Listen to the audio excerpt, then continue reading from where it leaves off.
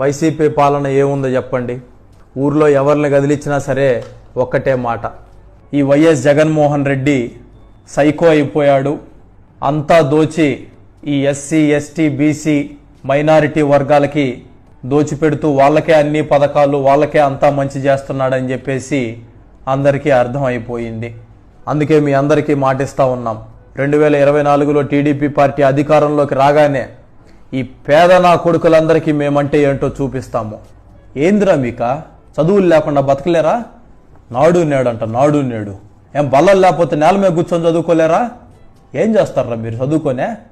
మేమురా పెద్దోళ్ళం కావాల్సింది, అమెరికా పోవాల్సింది, పెద్ద పెద్ద కంపెనీలు పెట్టాల్సింది, ఉద్యోగాలు చేయాల్సింది మేమురా, మా కులపోలురా. మీకెందుకురా చదువులు పేద మొహాల్లారా? పోయి మీ కులపోళ్ళు ఏం పని చేస్తున్నారో ఆ పని చేసుకోండిరా. మంగళోళ్ళు మంగళ పని చేసుకోండి, సాకలోళ్ళు సాకల పని చేసుకోండి, కళ్ళు గీసేవాళ్ళు